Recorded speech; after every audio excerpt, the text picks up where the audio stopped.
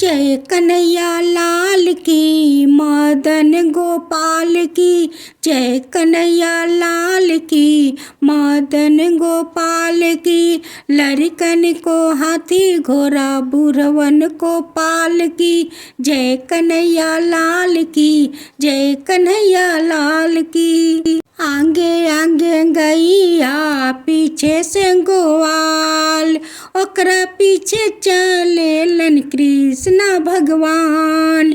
आगे आगे गैया, पीछे से गोवाल, ओकरा पीछे चलेलन माखन गोपाल। जय कन्हैया लाल की, मदन गोपाल की। लड़कन को हाथी घोड़ा, बुढ़वन को पाल की। जय कन्हैया लाल की, जय कन्हैया लाल की। इस दिन सुबह जल्दी उठ कर घर के मंदिर को अच्छे से साफ कर ले।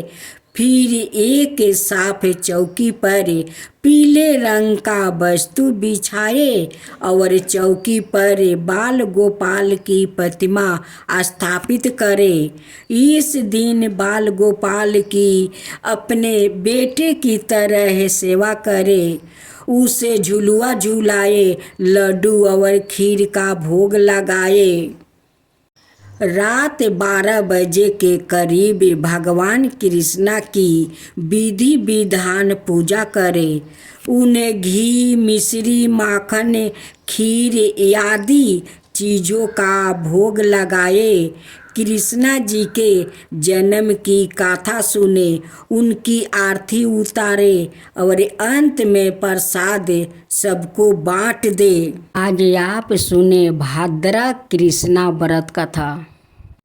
एक बार ग्वाल वाले अपनी गायों को चरती हुई छोड़कर भगवान श्री कृष्णा और बलराम के साथ खेल कूद में लग गए। उस समय उनकी गायें बेरोक टोक चरती हुई बहुत दूर निकल गई और हरी हरी घास के लोभ में एक गहन वन में घुस गई।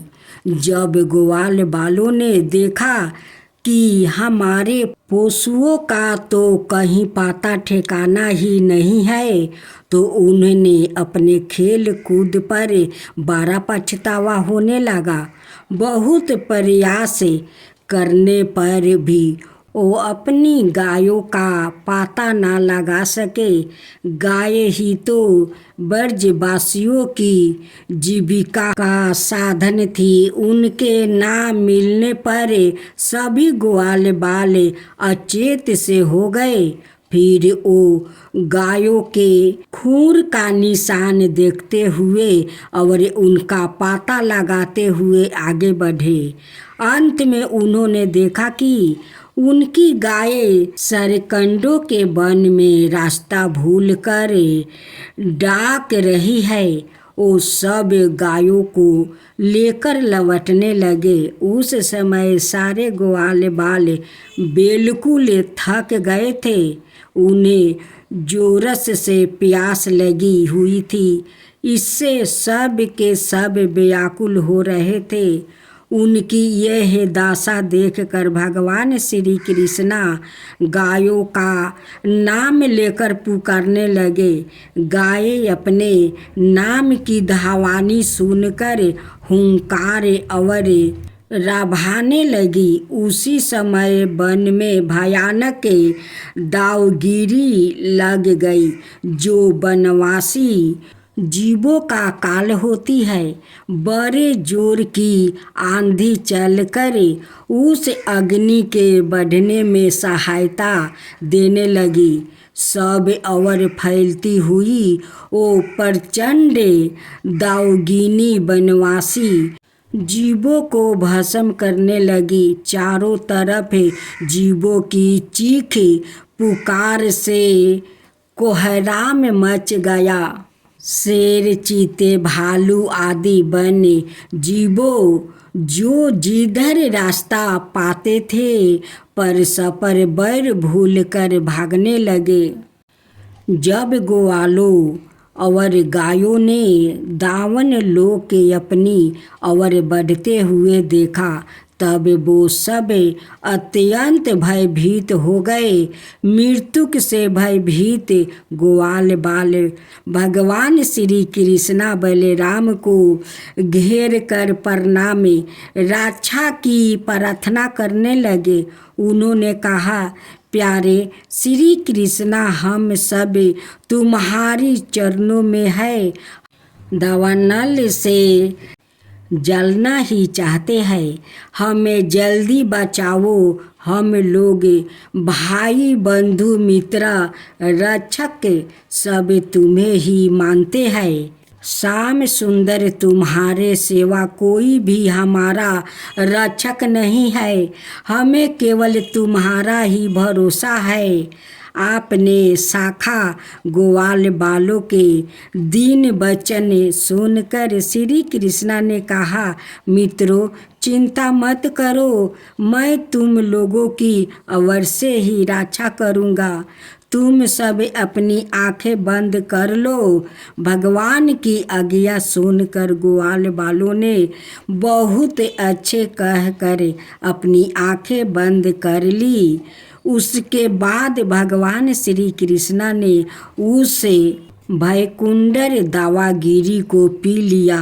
जब ग्वाल बालों ने अपनी आंखें खोली तो अपने को बट वृक्ष के पास से सुरक्षित पाया। इस प्रकार अपने आप को और गायों को दावागिरी से बाचा देखकर ग्वाल बालों को अत्यंत ही विश्वास हुआ।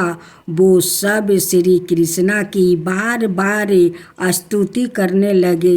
ग्वाल बालों ने भगवान श्री कृष्णा के इस अद्भुत कार्य की चर्चा अपने परिवार में की। सभी गोप मोहन की इस अलौकिक लीला से आश्चर्यचकित होकर उन्हें कोई बहुत बड़ा देवता मानने लगे। अब आप सुने दूसरा अध्याय। एक दिन भगवान श्री कृष्णा ने देखा कि सब गोप इंद्र यज्ञ की तैयारी कर रहे हैं।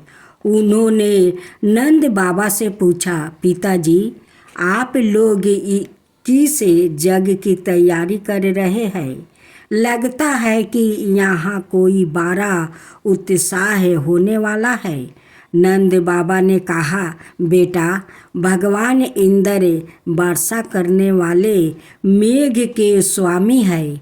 मेघ उन्हीं के रूप है। वो समस्त प्राणियों को दीर्पित करने वाला है, जल बरसाते हैं। हम लोग उन्हीं मेघपति भगवान इंद्र की पूजा करते हैं। मनुष्यों को खेती आदि प्रयत्नों का फल देने वाले इंद्र ही है। भगवान श्री कृष्णा ने कहा, पिताजी, प्राणी अपने कर्म के अनुसार पैदा होता है। उसे उसके कर्म के अनुसार ही सुख दुख प्राप्ति होता है। जब सभी प्राणियों अपने कर्मों का ही फल भोग रहे हैं, तब हम इंद्र पूजा की क्या आवश्यकता है? कर्म ही गुरु है और कर्म ही ईश्वर है। इसलिए पिताजी, मनुष्यों को चाहिए कि वो वर्ण और आश्रम के अनुसार धर्म चरण करता हुए कर्म का ही आदर करे। हम लोग सादा से गौ पालन ही करते आए हैं। पिताजी, ना तो हमारे पास किसी देश का राज्य है और ना बड़े बड़े नगर ही हमारे अधीन है। हम तो सादा से ही वनवासी है। वन और पहाड़ ही हमारे घर है। हमारे तो सबसे बड़े देवता गिरिराज गोवर्धन है। इसलिए हम लोग को गोवर्धन की पूजा करनी चाहिए।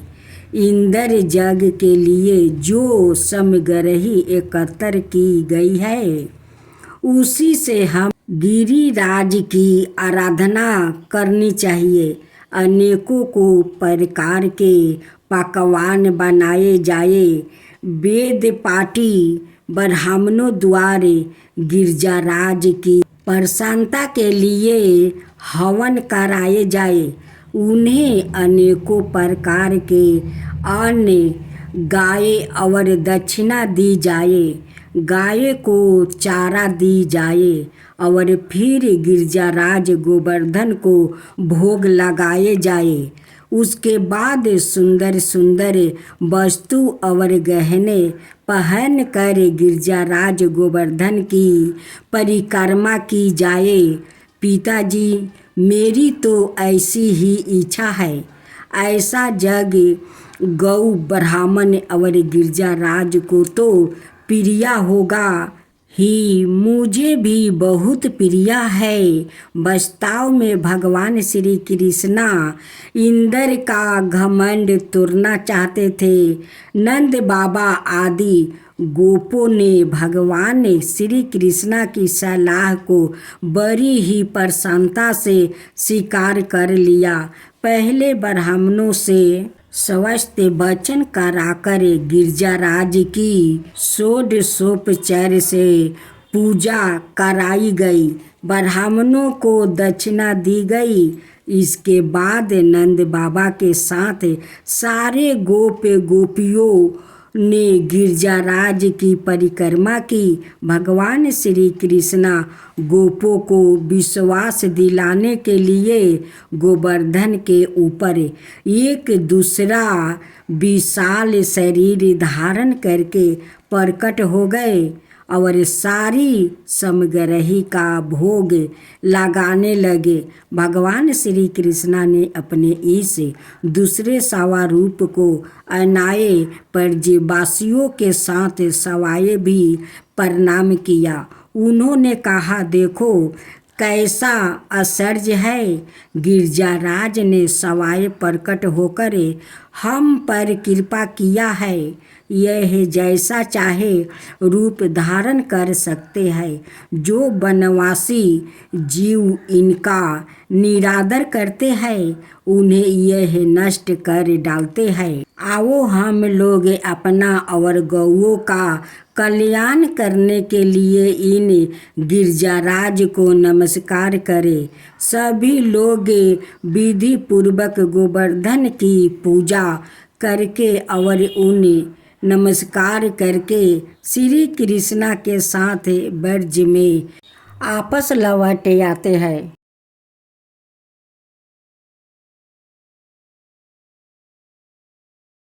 अब सुने कृष्णा जी के तीसरा अध्याय। जब इंद्र को पता लगा कि मेरी पूजा बंद कर दी गई है, तब वो नंद बाबा आदि गोप पर बहुत ही क्रोधित हुआ। इंद्र को अपने पद का बड़ा घमंड था। वो अपने को ही त्रिलोक ईश्वर समझते थे। उन्होंने क्रोध से तिल मिलाकर प्रलय करने वाले बादलों को ब्रज पर चढ़ाई करने का आदेश दिया। उन्होंने कहा, देखो इन जंगली ग्वालों को इतना घमंड हो गया है कि इन सबों ने एक धारण मनुष्य श्री कृष्णा के बल पर मुझे देवराज इंद्र का अपमान कर डाला। कृष्णा नंदन और मूर्ख होने पर भी अपने को बहुत बड़ा ज्ञानी समझता है। प्रलय कंडारी बादलों, तुम लोग शीघ्र जाकर इन ग्वालों का अभिमान धूल में मिला दो। उनके पशुओं का संहार कर डालो। मैं भी तुम्हारे पीछे पीछे अपने ऐरावत हाथी पर चढ़कर मारुद गणों के साथ आता हूँ। इंद्र ने मेघ को इस प्रकार का आदेश देकर उनके बंधन खोल दिया। अब वो बड़े वेग से बरज पर चढ़ आया और मूसलाधार पानी बरसाकर सारे बर्ज को पीड़ित करने लगे। बिजुलियाँ चमकने लगी, बादल आपस में टकरा कर कड़कने लगा, भयंकर आंधी के साथ ओले बरसने लगे। बर्ज भूमि का कोना कोना पानी से भर गया। पशु और ग्वाल बाल ठंड से कांपने लगे। सब लोग इस अचानक आई विपत्तियों से घबरा कर श्री कृष्णा की शरणों में आए। वो लोग श्री कृष्णा से बोले, कृष्णा, अब तो इस भयानक कष्ट से तुम ही हमारी रक्षा कर सकते हो। अपने प्रेमी भक्तों की करुणा पुकार सुनकर श्री कृष्णा ने खेल खेल में गिरजाराज गोवर्धन को उठाकर अपने हाथ पर धारण कर लिया। इसके बाद उन्होंने गोपों से कहा, आप सभी लोग आकर गोवर्धन के नीचे आराम से बैठ जाए। कोई भी यह ना सोचे कि पर्वत गिर पड़ेगा। आप लोग की रक्षा के लिए ही मैंने इसे उठाया है। फिर क्या था, सभी गोप गोपियों अपने अपने पशुओं और भोजन समग्रही के साथ गोवर्धन के नीचे आ गए। भगवान श्री कृष्णा ने लगातार 7 दिनों तक भूखे प्यासे और विश्राम की चिंता भूल कर गोवर्धन को उठाया रखा। वो एक क्षण भी नहीं हिला। श्री कृष्णा की योग माया का यह प्रभाव देखकर सब के सब आश्चर्यचकित रह गए। इंद्र भी भौचक रह गए। इसके बाद उन्होंने अपने आप मेघों को वर्षा रोकने का आदेश दिया। गोवर्धनधारी गौपालन जब यह देखा कि वर्षा बंद हो गई, आकाश के बादल छट गया, तब उन्होंने गौपों से कहा, तुम लोग अब निडर हो जाओ। अपने अपने गोधन और बच्चों के साथ बाहर निकल जाओ। देखो, अब आंधी पानी बंद हो गया है। गोपाल भगवान श्री कृष्णा का आदेश पाकर सब लोग बाहर आ गया और उन्होंने गोवर्धन को पुनः अपने स्थान पर रख दिया। ब्रजवासियों का हृदय प्रेम के आवेग से भर गया। वो पर्वत को रखते ही भगवान श्री कृष्णा के निकट चले आए। कोई उन्हें हृदय से लगाने लगा, कोई चूमने लगा। बड़ी बूढ़ी गोपियों ने बड़े ही स्नेह से उनका चावल और दही से तिलक किया और उन्हें हृदय से आशीर्वाद दिया। आकाश से देवताओं ने उन पर फूलों की वर्षा किया।